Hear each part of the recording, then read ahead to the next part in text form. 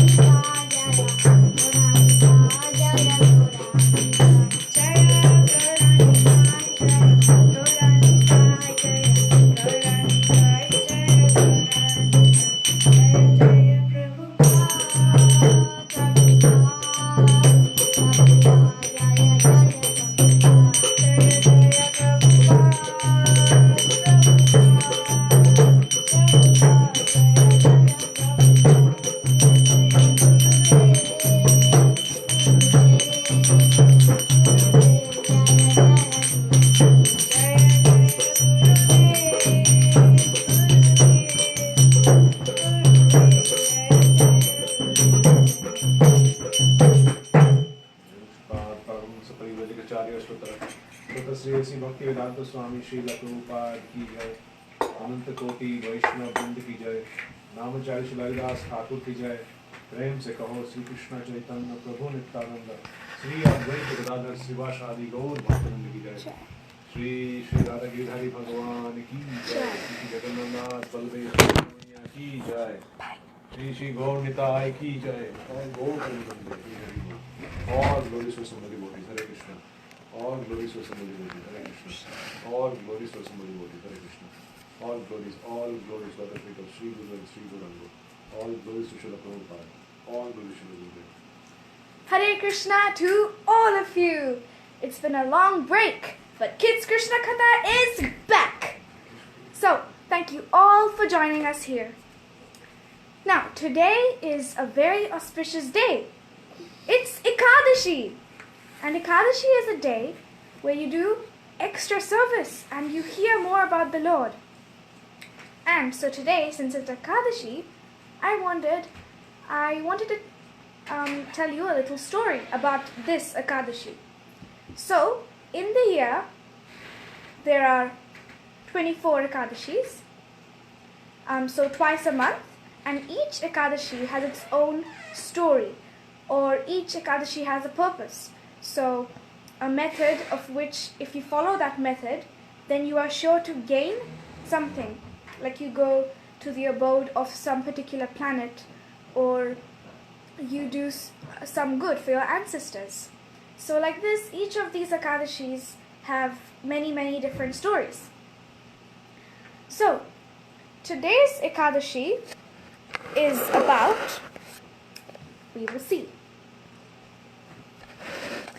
So, sorry about that. So, Yudhishthir was asking Krishna what this Ekadashi was about, who to worship, and what was the process of worshipping them. And Krishna told Yudhishthir that Narad Muni had asked the same question to Brahma. And in answer, Brahma had replied that the Ekadashi which occurs during the waning moon in the month of July or August is called Kamika Ekadashi. So all the Ekadashis have particular names. And this Ekadashi is called Kamika Ekadashi. By hearing the glories of this Ekadashi, one obtains the result of performing a Vajrapaya sacrifice. On this auspicious day, one should worship Lord Vishnu, who holds a conch, disc, lotus and club in his hands. The results one obtains by residing and bathing in holy places like the Ganges, Kashi, Namisharanya and Pushkar is obtained simply by worshipping Lord Vishnu on that day. The result one can not obtain even by taking bath in Kedarnath, Kurukshetra or during solar eclipse is easily obtained by worshipping Lord Krishna on this day. So just like in the Damodara month, by offering a ghee lamp to Lord Damodara, we get the benefit of performing 1000 Ashwamedha sacrifices. In this month, just by worshipping Lord Krishna, one can achieve all these or exceed all these. Therefore, it is the duty of everyone to strictly observe this Kamika Ekadashi by worshipping Lord Vishnu. Now, anyone who worships Lord Hari with tulsi leaves is freed from all sins. Only by seeing tulsi, one's sinful reactions are destroyed. By touching tulsi, one's body becomes purified. By offering prayers to tulsi, one's diseases becomes cured. By bathing tulsi, one does not have to fear for Yamraj, the Lord of Death. By planting tulsi, one becomes fortunate enough to reside with Lord Krishna, and by offering tulsi leaves at the feet of the Supreme Lord, one attains pure devotional service. Even Chitragupta is unable to estimate the piety of one who offers obeisances and a ghee lamp to such a tulsi on the day of Ekadashi. The sin of killing a Brahmin or an embryo is destroyed as a secondary result of observing this Kamika Ekadashi. One who hears or reads the glories of this Ekadashi with faith certainly attains the abode of Vishnu. So, on this auspicious day, just by worshipping Lord Vishnu, we get the benefit of all these things. Isn't that great? So, today we are going to continue from where we left a few weeks back. So, we are on chapter 8, and today the verse is from Canto 1, chapter 8, text 39. So, by hearing about Krishna, we are indirectly worshipping Lord Vishnu because we are hearing about Krishna's pastimes. Om Namo Bhagavate Vasudevaya. Om Namo Bhagavate Vasudevaya. Om Namo Bhagavate Vasudevaya. Narayanam Namaskritya Naram Chaiva Narottamam Devim Saraswatim Vyasam Tatho Jayamudirayet Nashtaprayeshva Bhadreshu Nityam Bhagavata Sevaya Bhagavati Uttama Shloke Bhakti Bhavati Naishtiki Srimad Bhagavatam ki jai. Neyam sobhishyate tatra yathe danim gadadhara tvatpat pader ankita bhati svalakshana vilakshite. Na, not, iyam, this land of our kingdom. Shobhishyate, will appear, beautiful. Tatra, then. Yatha, as it is now. Idanim, how. Gadadhara, O Krishna, Tvat, your. Pade, by the feet. Ankita, marked. Bhati, is dazzling. Svalakshana, your own marks. Vilakshite, by the impressions. Translation.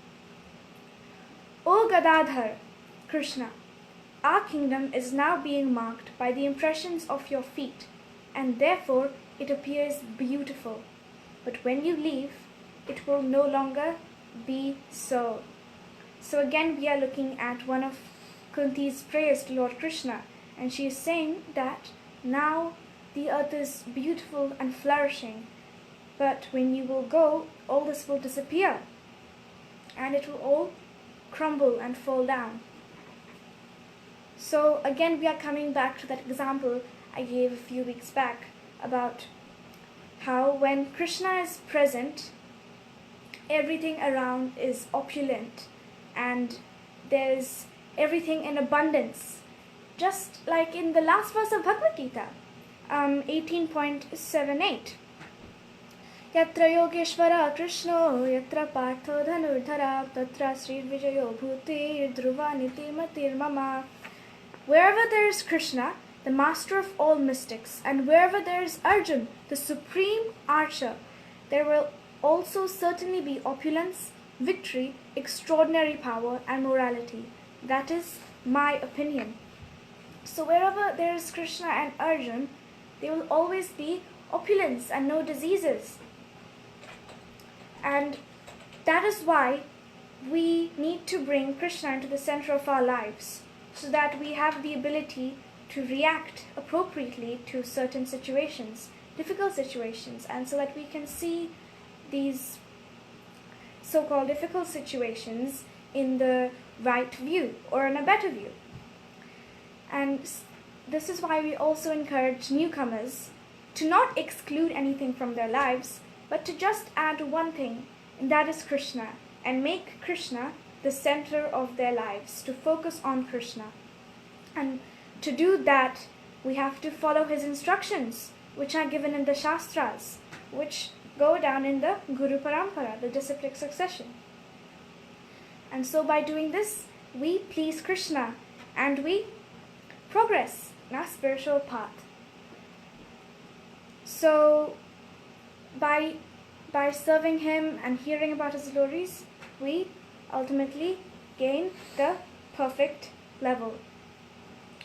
And so wherever there is Krishna, there is always opulence, and wherever there is no Krishna, there is only ignorance and darkness.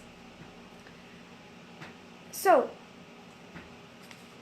we are going to continue from last time in chapter 8, and now starts the prayers of Kunti. So in the shlokas we have already seen a couple of the verses, but here is just a summary of all the verses together combined. Right. So, here it starts. This is part 2. Prayers by Queen Kunti. As Mother Kunti watched Krishna's wondrous act, she worried now he would leave and never again come back. Indeed, his splendid chariot stood ready to depart. So approaching her beloved Krishna, Kunti spoke her heart. So remember, this is a time when Krishna is leaving for his palace in Dwarka. My dear Lord Krishna, she said gently, please don't go. I know you're everywhere, but no one can see this because you're invisible. Even seeing you here, this material world is like a curtain. Therefore, some people foolishly can't even see that you're the Supreme Personality of Godhead. So what is that curtain? That curtain is Maya, illusion, which is covering our eyes. And we have naked eyes, so we can't see Krishna. She continued, you came to this material world to teach the self-realized sages how to love you. Then, with tears in her eyes, she looked at Lord Krishna and asked, but how can I know you? I'm merely a woman. Then, remembering Krishna as a sweet little cowherd boy, she began to smile and prayed, all I can do is simply bow down to you as the son of Vasudeva who brings happiness to his mother Devaki. O Govinda, you are the darling of Vrindavan and you bring pleasure to the cows and to our senses. She continued, you're our hero, Krishna. You rescued your mother Devaki from that dark, cold prison cell of the evil King Kamsa, and you saved my sons and me so many times, such as when my son Bhima was given a cake with poison in it, and when our house was set afire, and when ghastly man-eating demons tried to eat us, and even when the Kurus tried to destroy Draupadi. Even throughout this terrible battle, you protected us. And now again, from Ashwatthama's fiery arrow. So remember, we covered all these incidents. And now, hopefully, we all remember the stories. So Krishna had many times saved Kunti and her sons. She thoughtfully added, I wish all these dangers could come to us again and again, because then we get to see you again and again, and then we will always be happy. So here Kunti is saying that I wish all these dangers could come to us again and again. Now, it's a bit weird because most devotees, or even people in general, we always want for our miseries and our problems to go away. But here, Kunti wants these dangers to come again and again. Why do you think so? Please share your thoughts and explanations, whatever you have, in the comments. I would love to share them with everybody and read your thoughts and what you think this is. So she has said that I wish all these dangers could come to us again and again. So why did she say this? Why does she want to be in danger again and again? But if we try to be happy in this material world, we won't be able to see you because we won't be able to approach you with the same feeling. Some people think that your devotees are your favorite people, but that's just their imagination, because I know you love everyone equally and you give everyone your loving mercy equally too.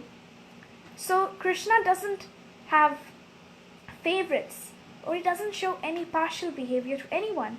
He is the father of everyone, and a father loves all his children equally. They're probably confused because in your pastimes you act like a normal human being, like when Mother Yashoda bound you with the ropes when you were a little boy. It was amazing, Krishna, that you were crying and scared like a child, but actually even fear is scared of you. How can this be? You are truly amazing, my Lord. So remember, we also discussed this verse, and how Krishna was bound by Mother Yashoda when he can't be bound by anyone in the entire world, and he was crying when fear personified, is afraid of him. Mother Kunti could not stop glorifying her dear Lord Krishna. Oh yes, I've got some answers. Thank you very much, everybody. Vishnupati Mataji. Kunti wanted to have miseries again and again so that she could remember Krishna all the time. That is a very good explanation. Thank you so much. Yes. So when you think about it, when we are happy, when we are in a good mood, we often forget about Krishna. Do we remember to show our gratitude to him, to say thank you to Krishna? But when we are in bad times and when we are in miseries, then we are always calling out for Krishna.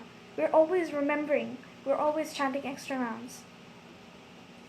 So yes, thank you so much. Ratnavali Mataji. Queen Kunti was praying for those calamities because in those times Krishna was always there to protect the Pandavas. Yes, so in those times he was there, and whenever they called out for help, he was there in an instant. Because Krishna always protects his dear devotees, and he still does now. But just some materialists think that he does not. And then there's the big confusion of good things happening to bad people and bad things happening to good people. And then there's a big explanation behind all of this. So there's karma, which is the previous deeds that they have done. So if bad things happen to good people, people lament and cry and say, why has God done this? So you can also add on that too. And we'll share our thoughts again. Ratnavali Mataji, my reflection is that generally when we have problems, we usually feel the need to pray. Yes, absolutely correct. Thank you so much, Mataji. Yes, we do. So when we are in distress and when we are feeling unhappy, we have the urge to pray to Krishna. But we should also enforce the habit of always saying thank you to Krishna whenever good things happen as well. But we cannot imitate Queen Kunti. Instead, we have to pray to be engaged in practical service to Sri Guru and Krishna. Yes, thank you so much for that. We can never go to the level of Kunti. Yeah, we have to pray. Yes, thank you so much for that. So, would you like to add on to the big topic about why good things happen to bad people and bad things happen to good people? So, one of the reasons is karma, and those are the deeds which they have done previously, and they are getting the fruits now. Is there anything else that you might want to add, Mataji? So, if he has done some misdeeds in his past life, then the good person is now getting the reactions. And if the impious people have done some pious deeds in their past life, they are getting the reactions to that. So is there anything else? And meanwhile, I'll just read the rest of the page. Anyone who continuously hears about you, talks about you, tells others about you, or even feels happy seeing others do this, will definitely be able to see your lotus feet and will never have to take birth or die again. Oh Krishna, are you really leaving us even though you know we need you and are completely dependent on your mercy?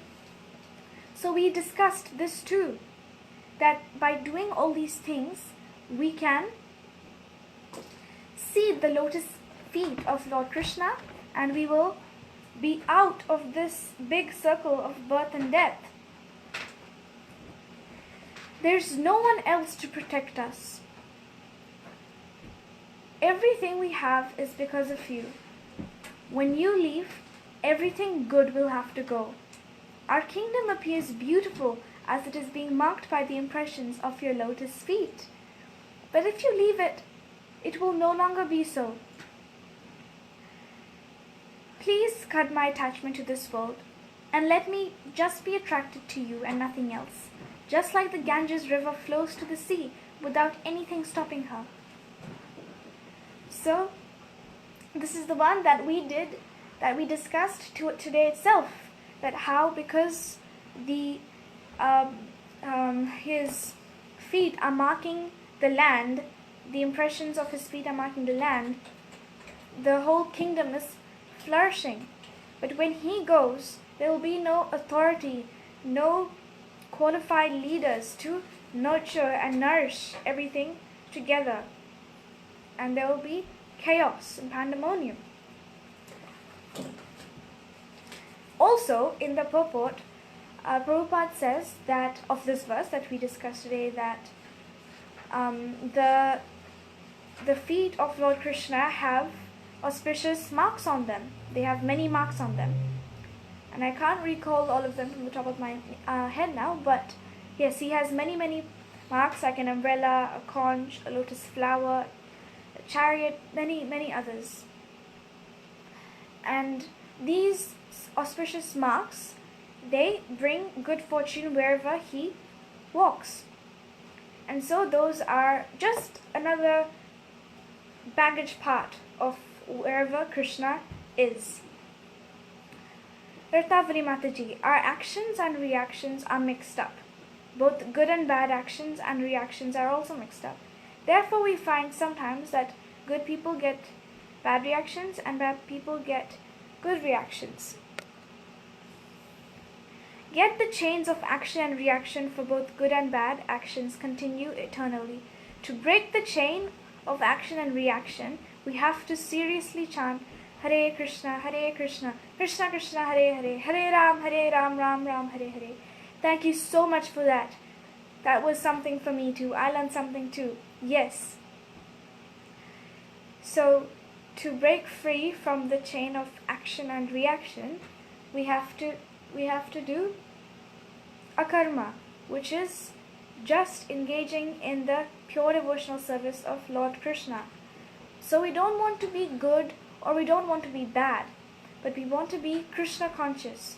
We want to be always remembering Krishna. Yes, absolutely.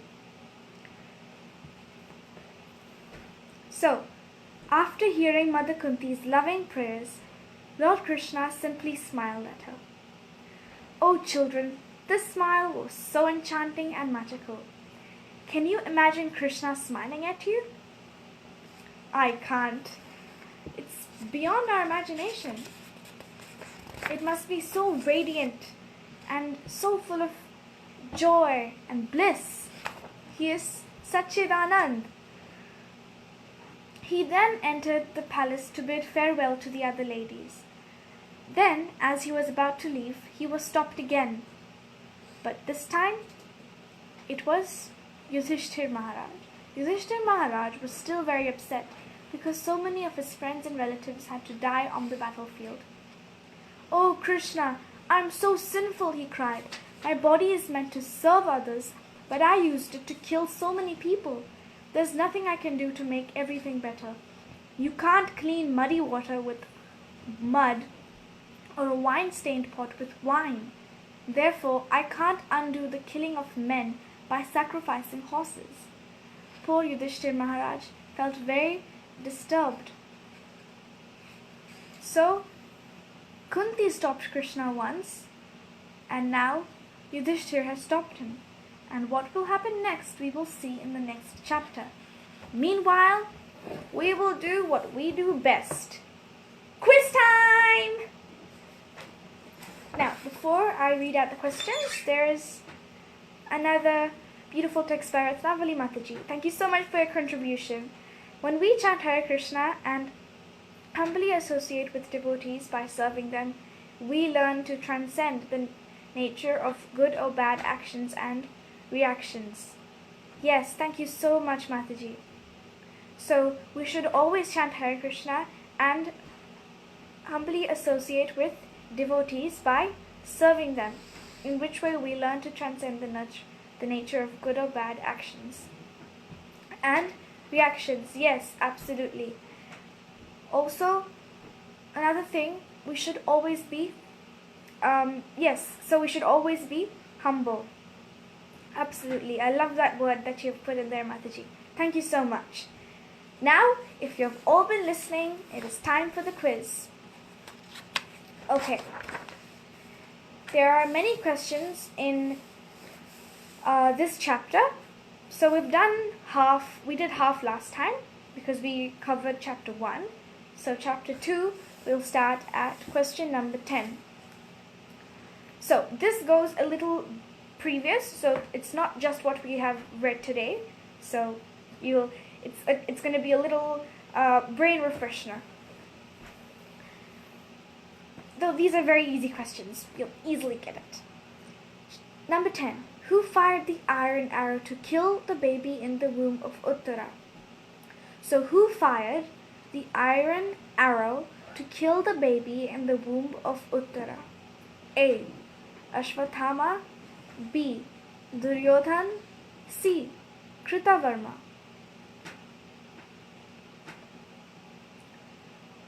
So who fired the iron arrow to kill the baby in the womb of Uttara?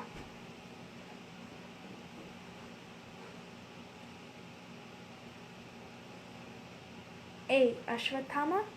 B. Duryodhan. C. Kritavarma. Alright, I'm going to get my points ready. Yes, I've got one answer.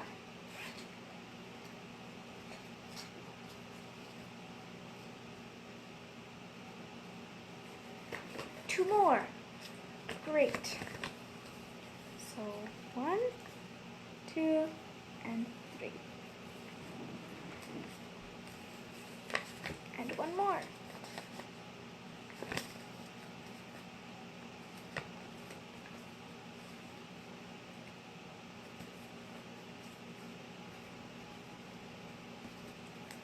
Alright. Number 11. What was the fiery iron arrow called? A. Narayanastra. B. Brahmastra. C. Pashupatastra. This one is a very, very easy one.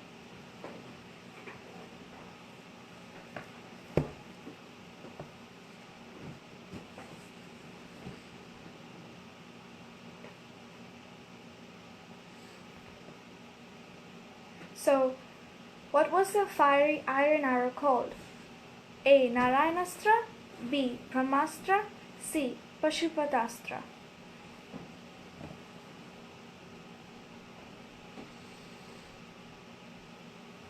We might not get time to finish all the questions because there are 18 questions, but we'll see how we go. We might be able to finish all of them. Okay, I've got one answer.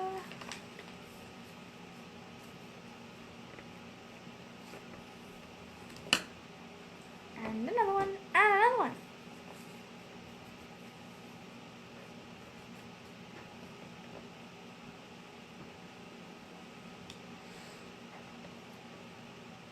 Anybody else? Any more answers? Okay. Number 12. What did the Pandavas do when they saw that they were all in danger? A. They ran away. B. They fired the Brahmastra on Ashwathama. C. They took up their weapons to counteract it. So what did the Pandavas do when they saw that they were all in danger? I'll read it again. A. They ran away. B. They fired the Brahmastra on Ashwathama. C. They took up their weapons to counteract the Brahmastra.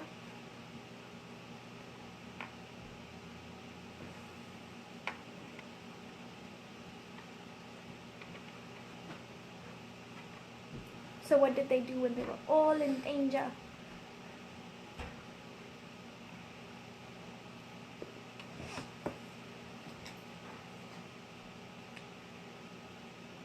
Okay, got one answer.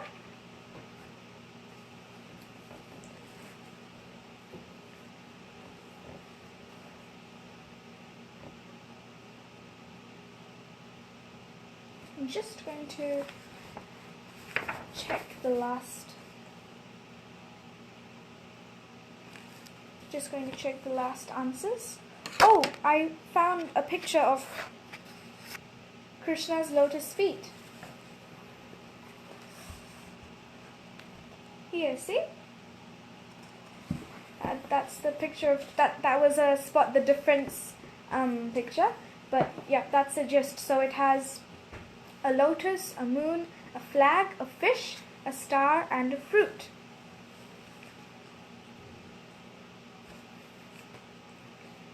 Right, I've got the answers. Here's my piece of paper and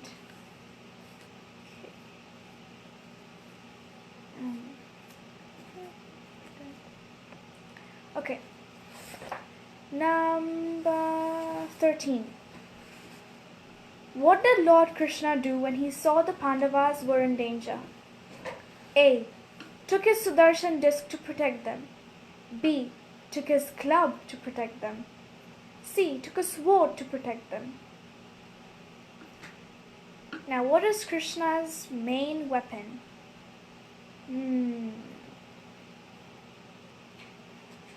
So, what did Lord Krishna do when he saw the Pandavas were in danger? A. Took his Sudarshan disc to protect them. B. Took his club to protect them. C. Took a sword to protect them. Yes! One answer.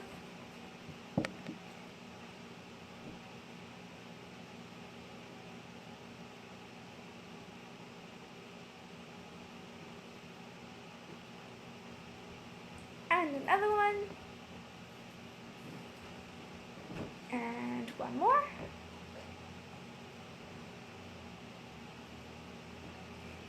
Yes, thank you so much. And one more.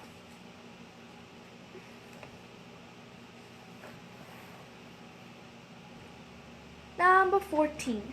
How did Lord Krishna protect the baby in Uttara's womb? A. He fired a Brahmastra at Ashwatthama. B. He went into Uttara's womb and personally covered and protected the baby. C. He chanted some mantras. This one is pretty easy.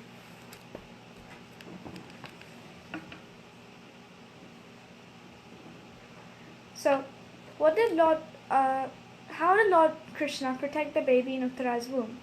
He fired a Brahmastra at Ashwatthama.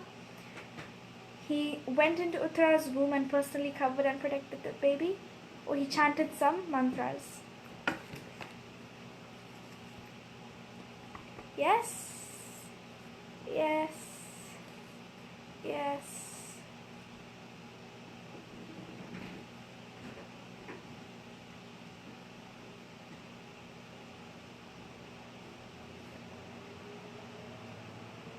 And yes. Okay, so we'll do the 4 to 18 next week. Same day, same time. And remember there are other classes on Saturday as well as Sunday. So you have many classes to go to.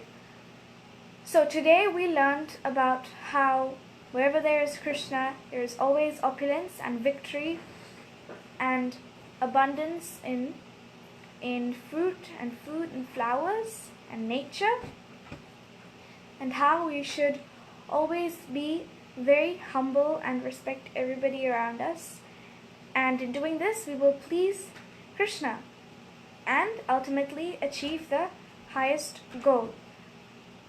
But as we progress, we should never think that we are doing a very big job or service. Don't get me wrong, we should be proud for who we are as devotees. We should stand up and be proud that we are devotees, we are servants of Lord Krishna. That is the good kind of proud. But we should never go into the bad kind of proud.